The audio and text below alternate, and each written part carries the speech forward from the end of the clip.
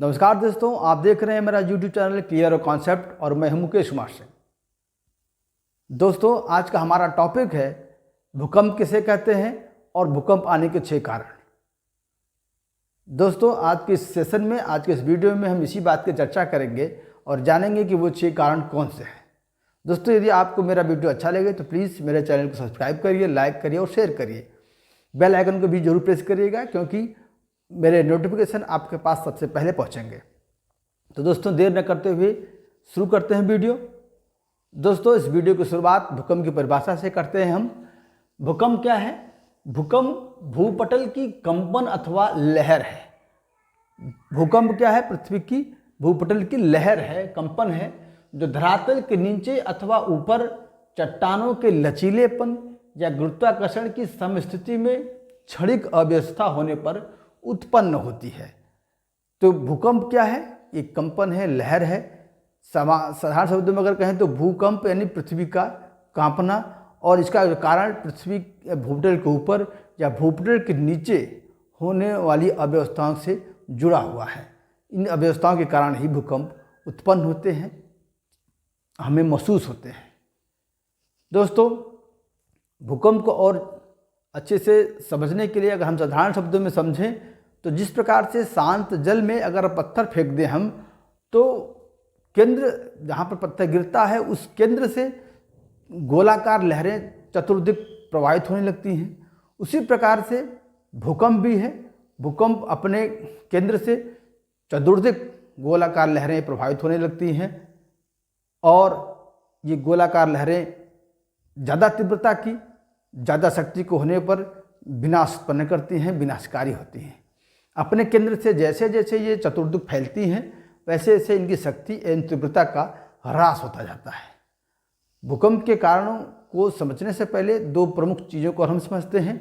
वो ये है कि भूकंप का जहाँ सबसे पहले आविर्भाव होता है उसे भूकंप मूल कहते हैं।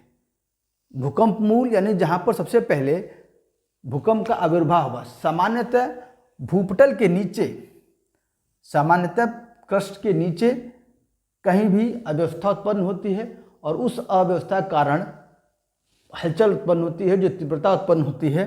तो ये जहाँ पर अव्यवस्था उत्पन्न हुई वो है भूकंप मूल, जिसे अंग्रेजी में फोकस कहते हैं। और दूसरी बात है जहाँ सर्वप्रथम लहरों का अनुभव होता है, जिस स्थान पर, यानी यहाँ पर जहाँ पर सबसे पहले अनुभव हुआ उसे हम भूकंप का केंद्र कहते हैं और जिसे अंग्रेजी में ईपी सेंटर कहते हैं। यानी जहाँ पर सबसे पहले अनुभव हुआ भूकंप का उसे हम ईपी सेंटर या भूकंप केंद्र कहते हैं। दूसरी बात, भूकंप की जो तीव्रता है या इसका परिमाण है उसका मापन 2 प्रमुख मापकों द्वारा होता है। एक है रिक्टर मापक या रिक्टर स्केल, या जिसे ज़्यादातर रिक्टर स्केल भी कहते हैं। दूसरा है मर्कली मापक, मर्कली स्केल। इसके द्वारा भी भूकंप की तीव्रता का मापन किया जाता है, जाना जाता है। तो ये 2 प्रमुख मापक हैं, रिक्टर स्केल और मर्कली स्केल, जिसके द्वारा भूकंप की तीव्रता का मापन होता है। अब हम जानते हैं उन कारणों को, उन 6 कारणों को जिसके द्वारा भूकंप आते हैं या भूकंप की उत्पत्ति होती है। तो इसमें सबसे पहला जो कारण है वो ज्वालामुखी क्रियाएं।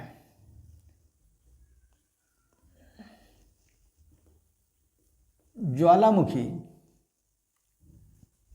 उद्गार कहें या क्रिया कहें, पहला कारण ज्वालामुखी उद्गार है। ज्वालामुखी उद्गार और भूकंप दोनों एक दूसरे के अभिन्न अंग हैं।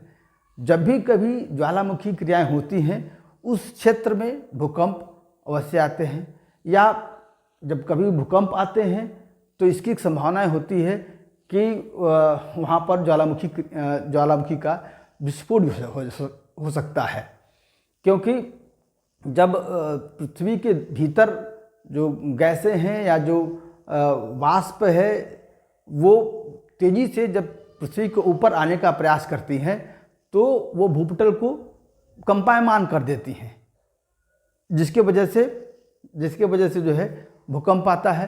तो इस प्रकार से ज्वालामुखी क्रियाएं और भूकंप दोनों का एक गहरा रिश्ता है। अगर ज्वालामुखी क्रिया हुई तो भूकंप आने के सबसे ज़्यादा चांसेस होते हैं। दूसरा जो कारण है वो है जलीय भार।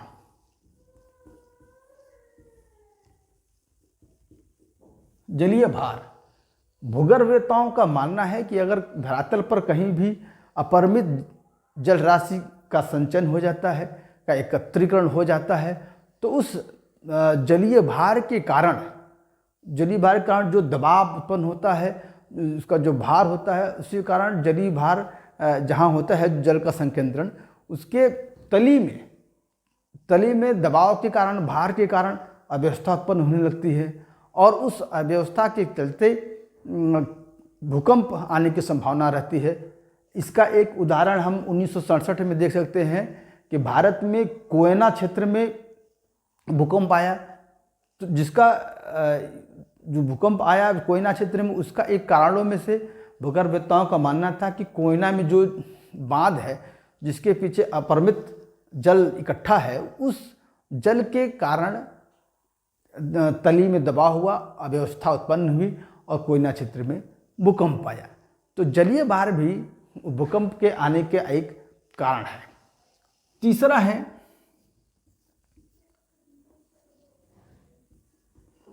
गैसों का प्रसार।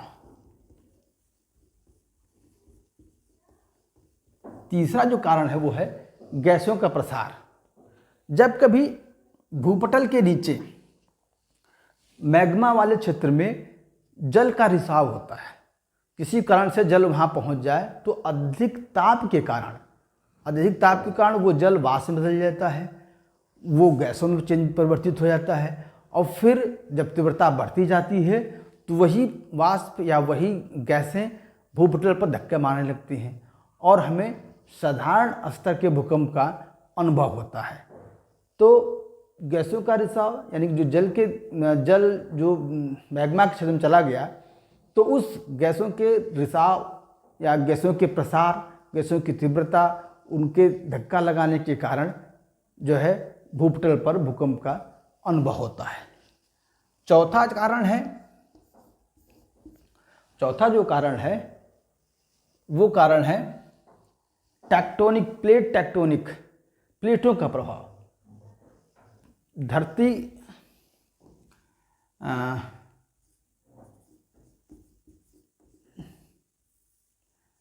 प्लेटों के कारण या टेक्टोनिक प्लेट के कारण। चौथा टेक्टोनिक प्लेटें।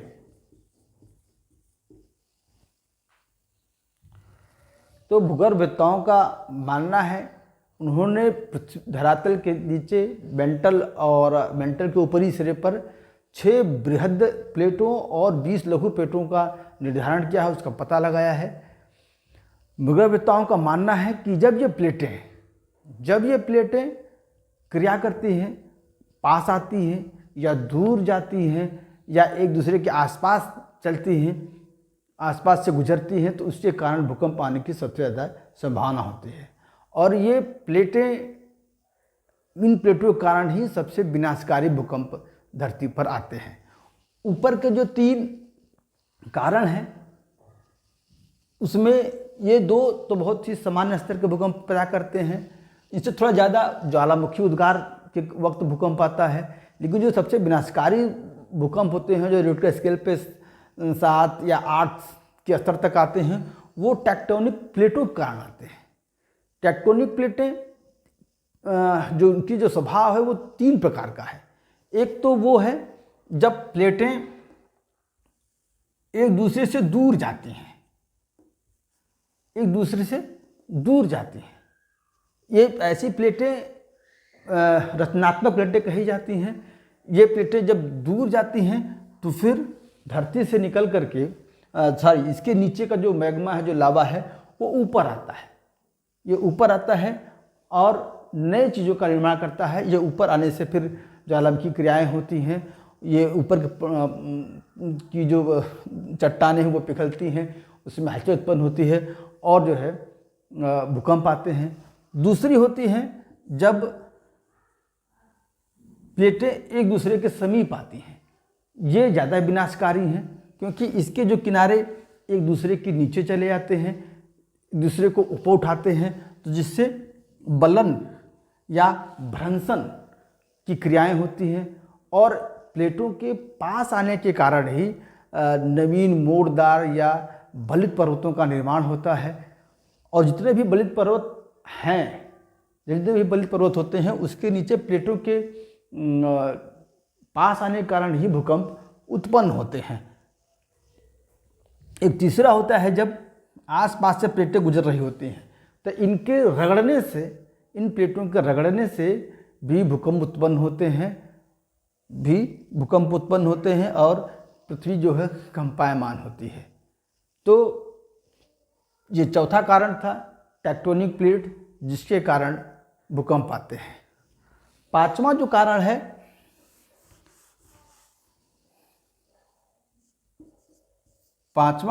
है वो है भूपटल में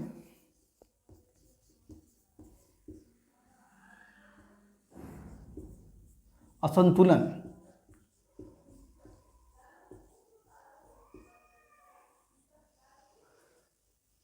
अधिकतर भूपटल के जो नीचे की संरचनाएं हैं, चट्टानें हैं, वो संतुलित अवस्था में होती हैं। लेकिन भूपटल के नीचे संतुलन की कभी कभी दीर्घकालिक असंतुलन की स्थिति उत्पन्न होती है या क्षणिक असंतुलन की स्थिति उत्पन्न होती है, जिसके कारण भूकंप का अनुभव होता है।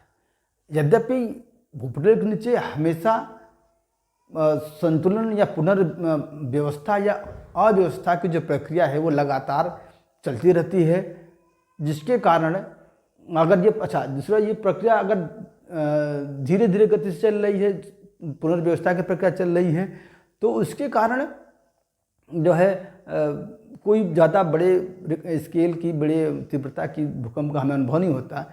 लेकिन जब यही प्रक्रिया तीव्र गति से होती है तो ये हमें महसूस होता है, एक बड़ा झटका या एक बड़ा कंपन महसूस होता है और भूकंप आता है।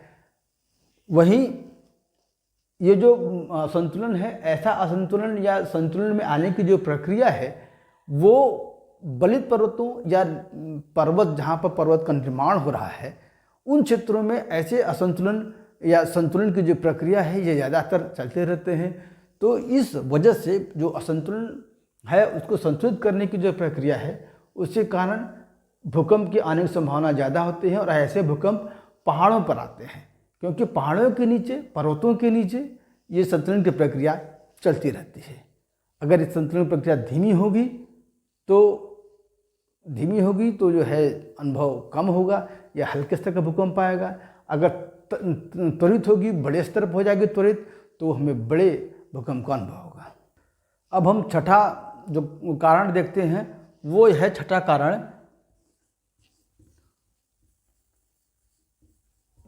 भूपटल भ्रंश। छठा कारण है भूपटल भ्रंश। धरातल पर भूगर्भीय हलचलों का बहुत ज़्यादा प्रभाव पड़ता है और भूपटल में हमेशा भूगर्भीय हलचल होते रहते हैं। इनके कारण बलन, कभी भ्रंश क्रियाएं चलती रहती हैं। बलन एवं भ्रंश का जो कारण है वो है खिंचाव या संपीड़न। खिंचाव यानी अगर नीचे खिंचाव हो रहा है या ऊपर से शक्तियाँ ऊपर की तरफ लग रही हैं, उनको कंप्रेस कर रही हैं धरातल विभिन्न परतों को, तो उसके कारण जो है बलन पड़ते हैं। तो ये बलन एवं भ्रंशन की जो क्रिया है या जो भूगर्भीय हलचल है, उसके कारण जो है भूकंप का अनुभव में होता है।